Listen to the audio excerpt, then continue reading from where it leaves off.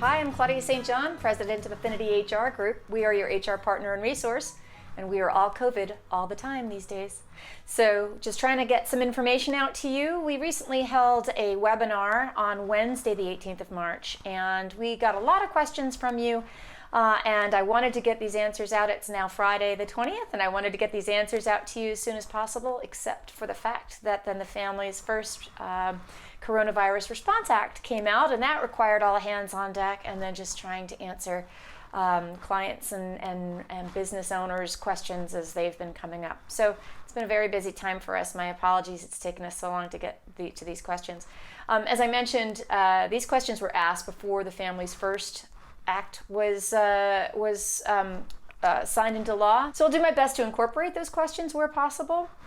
But here are a few select samples of the questions that you've had, and hopefully they'll be helpful. If you have any other questions, or if there's some nuances or any concerns with that, of course, you can always reach out to us at contact@affinityhrgroup.com. So with that, the first question that we had was about an employer was concerned because he had an employee coming back from a trip, and employees were concerned. It was a trip to the Caribbean, and was concerned that he would be bringing back the coronavirus with him.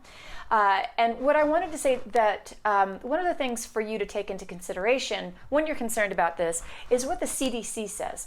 The CDC, Centers for Disease Control, has a lot of resources about how to handle these situations, whether somebody's returning from a level 1, level 3, level 4 risk community or country. I would follow those guidelines.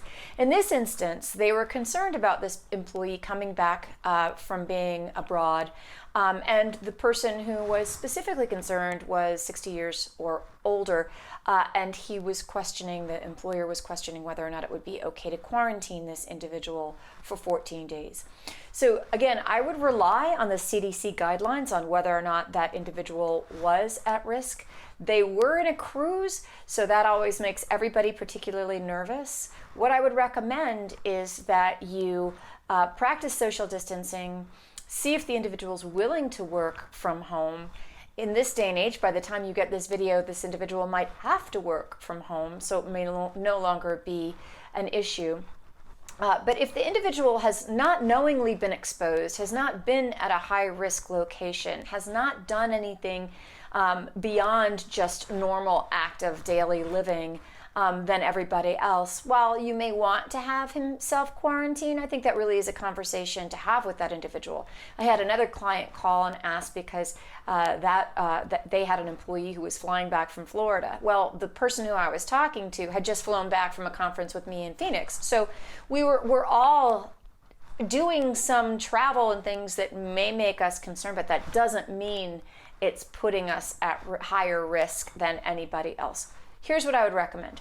Ask the employee if he or she is willing to work from home, if they have the capacity to do so, given their work, so that they can work from home, all the better. If you're making them stay home, you're imposing a quarantine where one isn't really required of them, I would pay them. The other thing that's important here, and this gets to a number of questions that we have had about at-risk employees. We have an at-risk employee. Maybe they have COPD. Maybe they have underlying health problems. Maybe they're at advanced age. What obligation does the employer have to make them work from home or to send them home? And the answer to that is you really are limited by the Americans with Disabilities Act. So if that individual has a disability or a medical ailment that might cause you to want them to stay home, the law requires that you offer that accommodation to them, but you can't impose that on them. You cannot discriminate against them because of that ailment or because of their at-risk classification, their age, any of those other things. So you may not impose your accommodation that you would recommend, but you can certainly offer it and have that conversation with them. So in this case, I would say, talk to the employee. If the employee wants to come in, have them social distance. If the employee is willing to stay home, that's great, especially if you can help them work from home.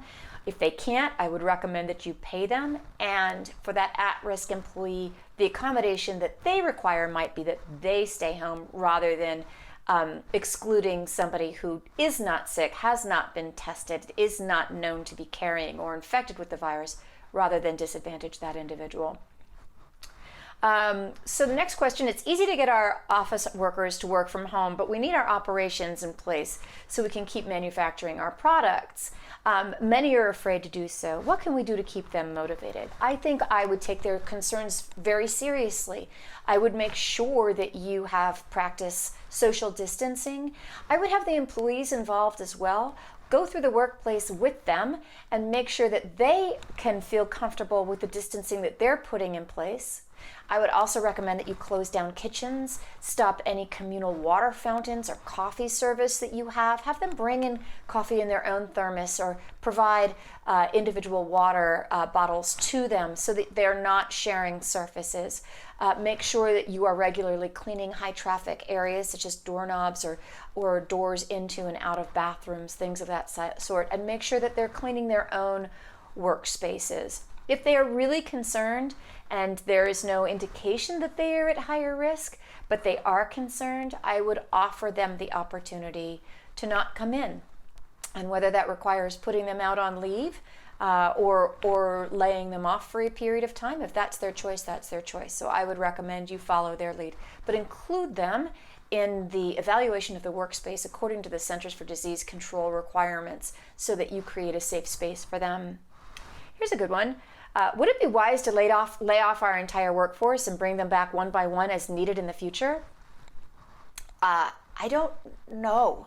I don't know what wise would mean about that. I think the prospect of having everybody lose their job and their associated benefits and everything that goes along with it seems really dramatic. Our hope is that this is a short-term crisis, but it could be a couple of months that we're facing this situation. I think that length of time without pay, without benefits, seems like not the best or wisest situation if you can come up with a different situation, such as having some portion of your workplace work from home, stagger shifts, work on a skeletal staff, work maybe a 3-shift with a reduced staff so that everybody can get some work if the work is there to be done. But no, I just don't think laying people off like that seems like a good idea at all. Do we need to worry about the protected class when making layoffs? Really great question. Yes, you do. So I would say if you're letting folks go because they're old or because they're sick or because they are in poor health, or any other reason why they would be protected, those are not good reasons to lay off. Your reasons to lay off should be entirely production and productivity related. If you have jobs that you cannot fulfill now because you cannot work in that workplace, those are the people that you should be laying off. If you're laying people off because your clients are no longer demanding your services at this period of time, those are the people that you should lay off. If because of all of those things, among the people that you're laying off are protected classes, those of a differing race, religion, ethnicity, or sexual orientation, health condition, disability status, if they, along with everybody else, are suffering the same consequences as a result of these work issues, then you're fine. It's just you don't want to be laying off people who maybe are advanced age and not well. That would be not good. That would not be the right kind of accommodation. And we talked about appropriate accommodations earlier. What do I do if an employee says that they're not feeling well or that they've been exposed to someone who may have been exposed? The CDC is pretty clear about this also. If the individual has knowingly been exposed, they should seek medical treatment, either testing or advice from that individual. If they can work from home, if they can self-quarantine for 14 days, and 14 days is the standard that's been established by the CDC and the medical community, then I would have them do it. If it's just a basic cold or coronavirus, I can tell you it's hard to tell the difference. My son came down with intermittent fever and coughing and headaches, and basically every symptom of coronavirus. I tried to get him tested, and no medical facility would let me test him at that point in time. And so they just said, stay in place. And we stayed in place, and he's fine, and I'm fine, and we're all fine. So we're here. I think if somebody is not well, you should assume they have the virus and treat it as such. But this is a pandemic. We're trying to lock down. So anybody who has symptoms of respiratory or other ailments that could be similar to coronavirus, an abundance of caution at this point in time is probably the best approach. What happens with employee benefits? If they get sick or we all get shut down and an employee can't pay for their benefits or out of their checks, who pays for the benefits?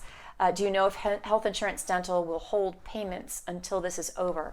This is a changing situation, and I have heard things that some medical providers or insurance companies are considering doing that. I've also heard that mortgage companies are considering doing that. I've heard that student loan carriers are considering doing that. So there's nothing I've seen definitively. I think the best thing for you to do is to call your insurance broker and figure out what that looks like. For example, if they are on family medical leave, they should be able to be still active on your benefits. Now, usually they would be paying for those premiums, but these are extenuating circumstances. And let me take a moment to say, the policies that you put in place, the things that you do for your employees now, they're just for now. These are not long-term solutions. You're not setting a precedent.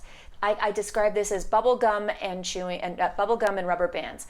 Just kind of cobble together the resources that you can in order to offer what you can where you can.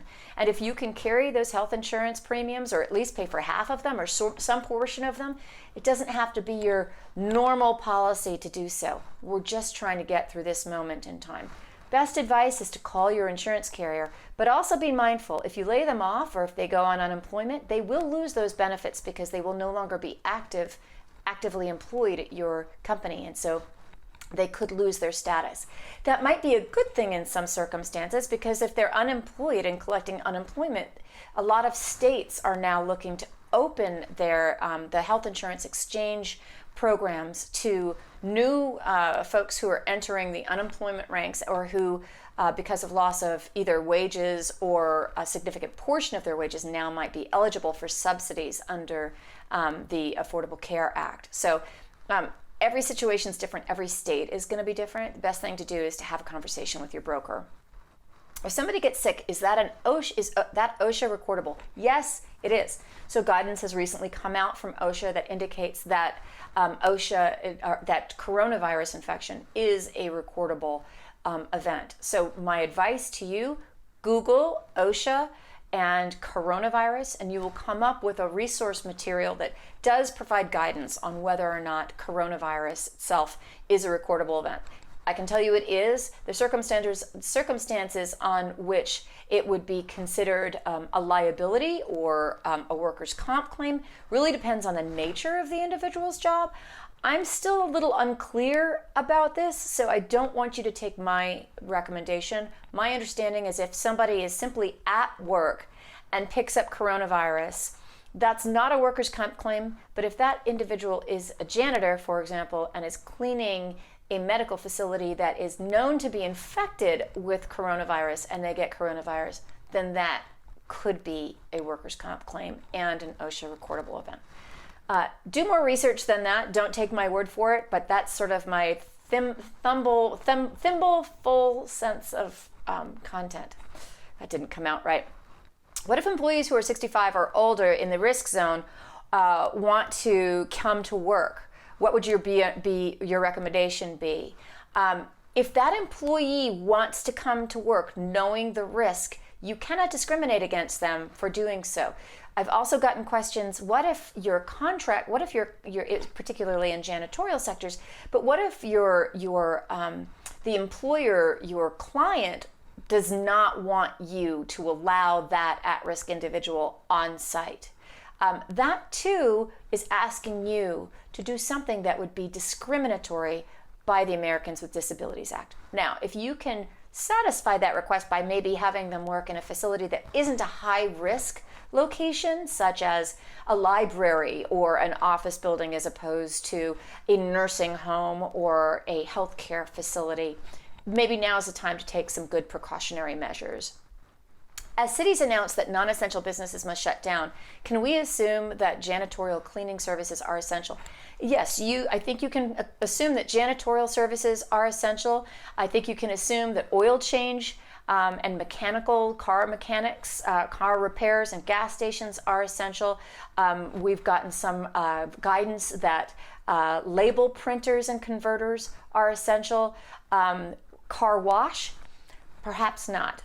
Promotional products, perhaps not. So my advice to you is, as those states like New York, Nevada, or California, and increasingly by the time this comes out, probably many, many, many more, as they put in place these restrictions on stay in place and essential business functioning only, they are giving definitions. I know New York State gave out a very clear definition of what's included and what's not included, and a very clear process for you to inquire as to whether or not your business is considered essential. So I would look, at least as a starting place, to New York State to see what they've described as essential, to see if that gives you some indication. And if you're in a state that has not shut down yet, and you look at those and you see, if you look at Nevada or California or New York, that it's likely that you're considered non-essential, now's the time to start preparing for a shutdown of your business in its entirety. Now's the time to start looking for remote work if possible. For those staff who are unable to telecommute and still work in our building, may we ask them to take their own temperature each morning? So that for those who cannot telecommute and they're still working, can we ask them to take their temperature when they came in? Can we have them confirm that it's normal? And can we have them confirm any COVID symptoms before coming into the building? I think that having this conversation and making sure that everybody's feeling healthy before they come in is always a good thing. I don't think that having employees or customers, for example, taking their temperature as they come in is a normal course of action that I would recommend. That said, I know that Ohio has recently enacted something. I heard through the grapevine. I haven't read it myself, so please don't take my word as proof for this, but that Ohio is requiring that all employees have their temperatures checked. If the law is the law, or if the CDC requires it, or if Dr. Fauci requires it, and I think everything he says I would do because I trust that man more than anyone else I know on earth right now. If they recommend testing, whatever they recommend you do in your workplace, do it. Normally, outside of the COVID, I would say, no, you cannot do that. In light of a global health pandemic, I say do whatever the experts say to do. So I haven't seen anything that requires that at this point, but states may be enacting them on their own. What's the best communication to provide management to alleviate concerns and fears? We're all scared. Everybody's scared. Nobody knows what this is. So what I will say to you is listen to their fears. If they are just afraid and are not at risk and are not at a high risk category, they haven't been exposed, but they really don't feel comfortable with it, what I would say is let them go home. That doesn't mean that you need to pay them, but if they want to go home, let them go home. And if you can, to the best of your ability, keep their job available for them when they come back, when all of this passes. But I think that if people are afraid of being at work, they're not going to be productive anyway.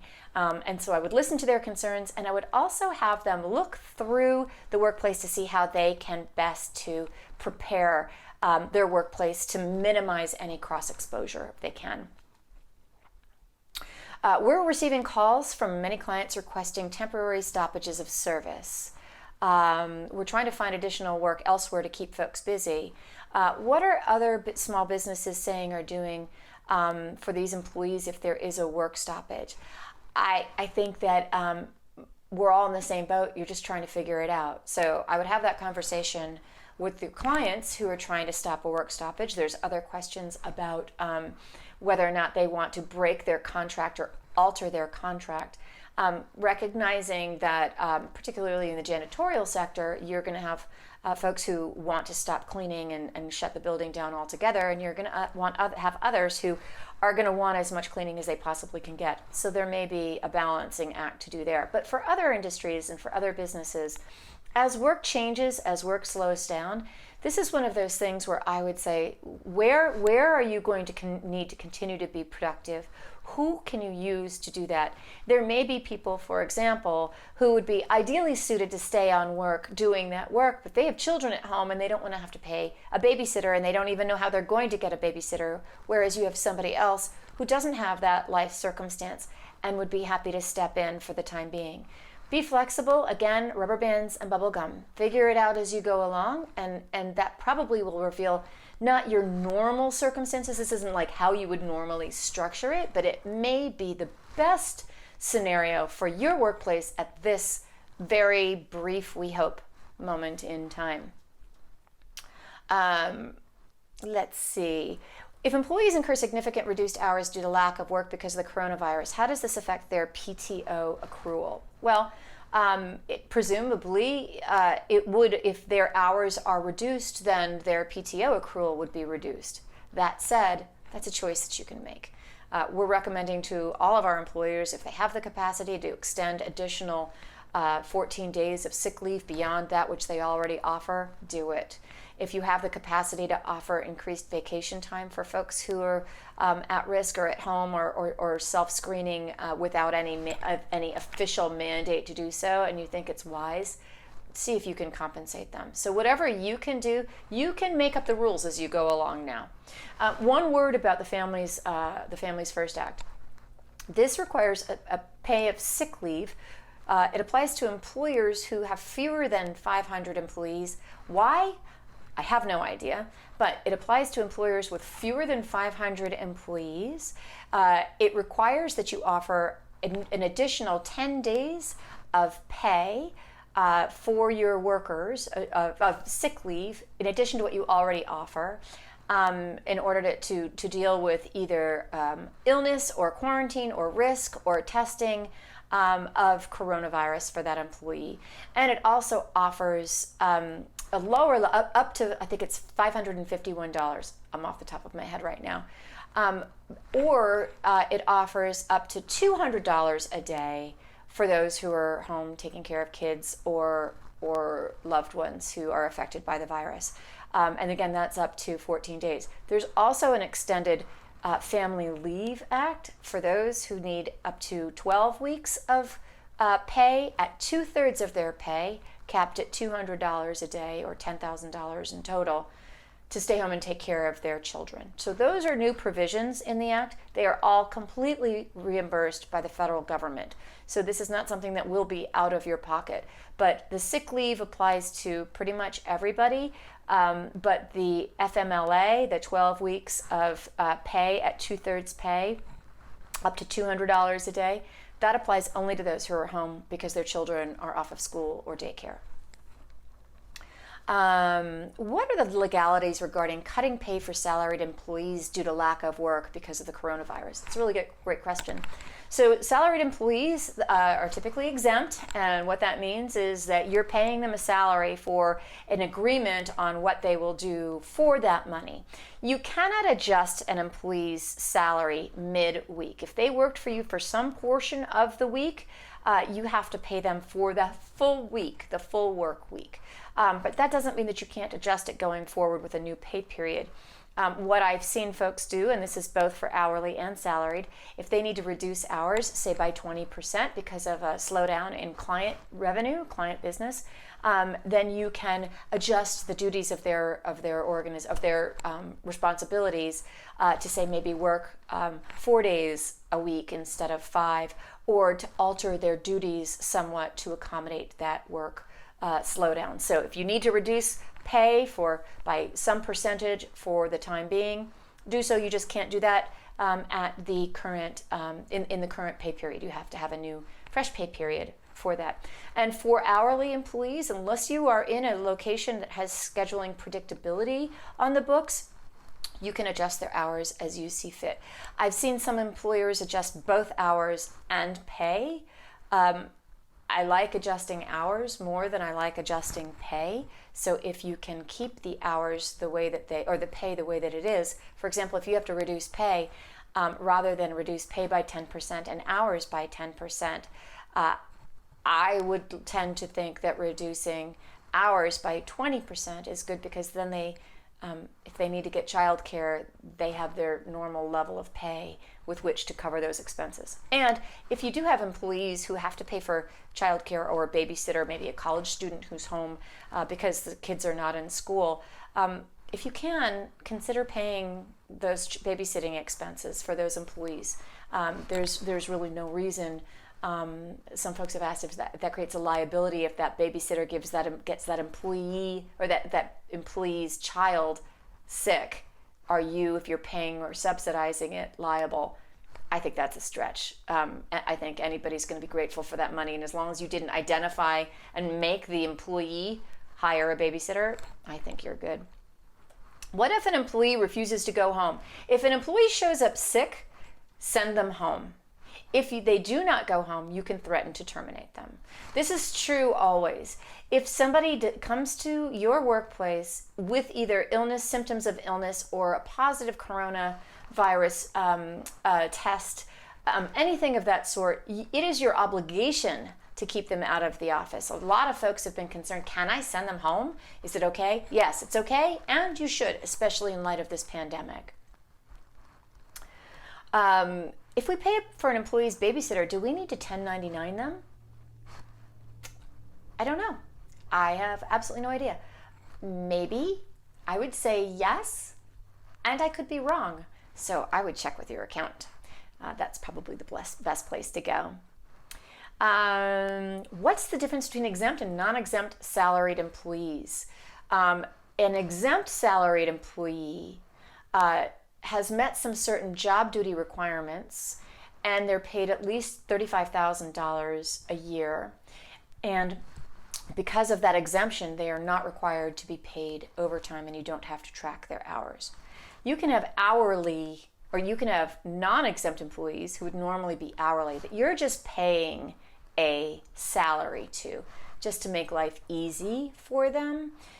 Those folks, you still have to track their time, and if they work more than 40 hours in a work week, you have to pay them overtime. If you're paying a non-exempt employee a salary, you can adjust that at any time, because you don't have that mutual commitment between, I accept this salary for these duties. It's really a non-exempt salaried employee, somebody who would normally be getting an hourly, but just to make it easier for everybody, especially for the employee to have that predictability of pay, you're paying them a salary. But you should still be tracking their time, and you should still be paying them overtime for any hours worked in excess of 40 hours in a work week. There are some state requirements that apply to this as well, so make sure you check your state statutes. We have an employee who has been exposed to a positive patient who died. He just found out after having been at work for 5 days. These are really tough questions. He has been tested in his home until his test results come in and are positive. Do we send everyone home that they had contact with? I would contact your local health department and ask them what they recommend. I would also check with the CDC what guidelines they have for an infected workplace. I would think if you had a potentially infected employee at work, you would want to take an abundance of precaution by sending folks home, getting the office cleaned, and doing any testing that is recommended by your local health department or the CDC. Do we have to shut down if an employee is infected? It depends if that employee was at the workplace. All of these circumstances really depend. Again, I would recommend that you talk to your local health department and check the CDC website, or use an overabundance of caution, knowing how this disease can be spread in terms of infected surfaces from the virus being usually coughed or sneezed or even just touched.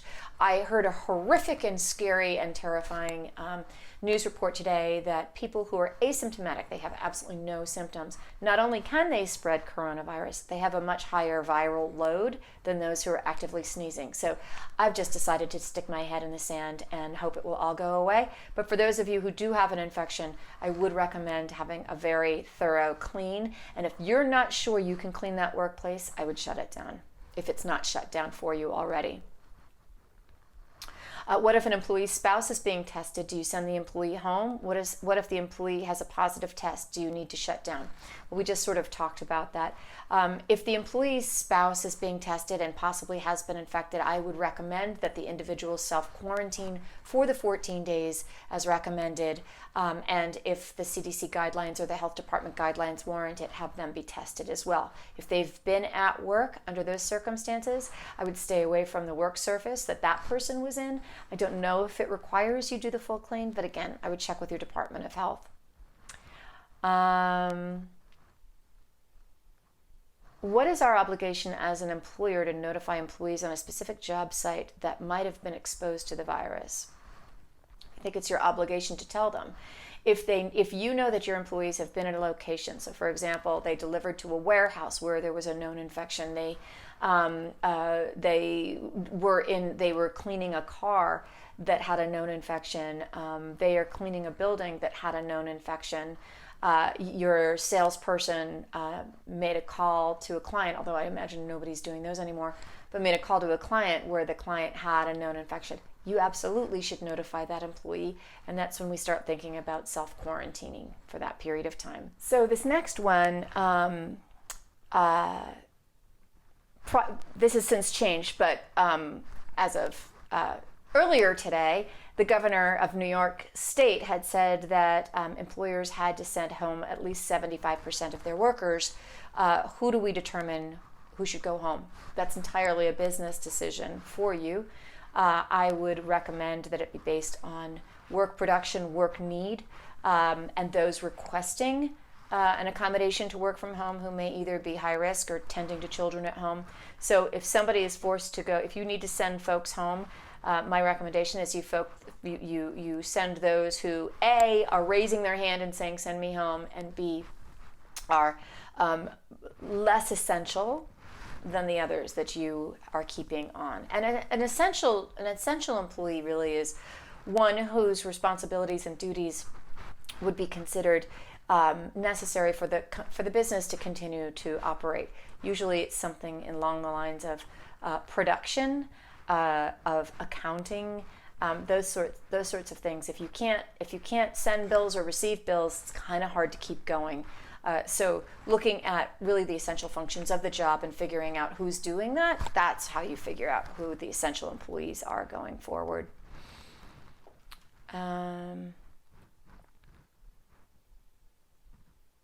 If you send an employee home sick, can you make them use their PTO or sick leave? I think in this day and age, if the employee doesn't want to use their PTO or sick leave when you send them home, I would lean toward accommodating whatever that request is. For example, they may be pregnant and delivering and want that time for when they deliver later on. I think anything employers can do at this point to accommodate employees within their ability, the better. Is there a potential exposure for not allowing employees to work from home? Not that I know of, but I think if they can work from home, you want them to work from home because they're probably going to be forced to work from home soon anyway. So my advice is anybody who can get out of the office right now, get them out of the office, because if they shut down and you haven't practiced and you haven't tested it, it's going to be harder for you to keep that business continuity going should you be facing situations like we have here in New York where basically everybody's got to shut down.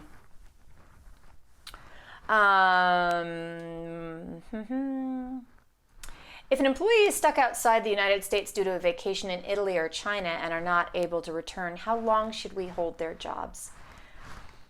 I think as long as you can without encountering a business hardship. I'm sure they don't want to be stuck where they are. I'm sure they would rather be here working for you. Through no unforeseen circumstances on their part, they are in that situation. And if you can just hold their job open, even if you fill it temporarily with somebody else, I would do that. Of course, if you're under no obligation to do that, then it just is a matter of decision. I think there are a lot of hard decisions that folks are making in this day and age. And my advice to you is, make it up as you go along. Try and figure it out. If you need to make special circumstances for different employees and you're kind of winging it on a case-by-case basis, I kind of think these times require that, and you're just doing the best that you can. And remember, you're not setting precedent. This is not how you're going to necessarily be managing your workforce going forward. This is just trying to get through this moment in time. And the more we can do with sympathy, grace, and understanding toward each other, the better off we will be. I hope this helps. We at Affinity HR Group are always remote, so our business continuity is ensured. We will be here for you. Call us with any questions. Send us your questions. You will be getting a lot from us in the future unless we're not connected with you, in which case reach out to us. I'm at Claudia at affinityhrgroup.com, contact@affinityhrgroup.com, or call us at 877-660-6400. We and your association partners that helped pull all of this together for the webinar are here to help. We care about you. We will be providing you the resources necessary. So stay tuned, stay positive, stay healthy, and we hope that you have a safe and productive work week. Take care.